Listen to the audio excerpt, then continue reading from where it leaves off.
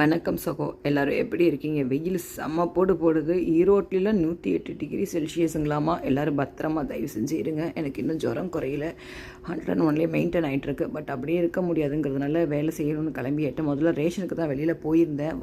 ஏதாவது சாப்பிட்ணுன்னு ஆசையாக இருக்கா, நான் என்ன சாப்பிட்ணுன்னு தெரில. வாமிட் சென்ஸ் இருந்துச்சு. ரேஷன் போயிட்டு ரிட்டன் வரும்போது முட்டை பப்ஸ் வாசனை அடிச்சிது. கொங்கு சைடு இருக்கிறவங்க எல்லாருக்கும் தெரியும், ஜெமினி பேக்கரி ரொம்ப ஃபேமஸ் கோயம்புத்தூர், ஈரோடு சைடெலாம்.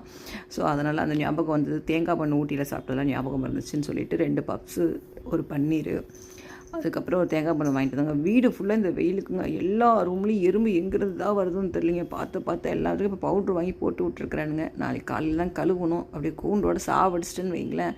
அதுக்கப்புறம் வாய்க்கு என்ன சாப்பிட்றதுன்னு தெரியாமல் சேமியோ பண்ணாமல் ஸ்டைலில் மேகி மசாலா போட்டு சூப்பராக செஞ்சுட்டு காப்பி தூள் வாங்கிட்டு வந்து ஒரு வாரமாச்சுங்களா. அப்புறம் இன்றைக்கி தான் ஃபில்டர் எடுத்து கழுவிட்டு டிக்கஷன் போட்டு வச்சு நல்லா திக்காக பசும்பல்ல காஃபி போட்டேன். இந்த வெயிலுக்கும் காஃபியை விடாமல் குடிக்கிற லவர்ஸ் யாராவது இருந்தீங்கன்னா கமெண்ட் பண்ணுங்கள்.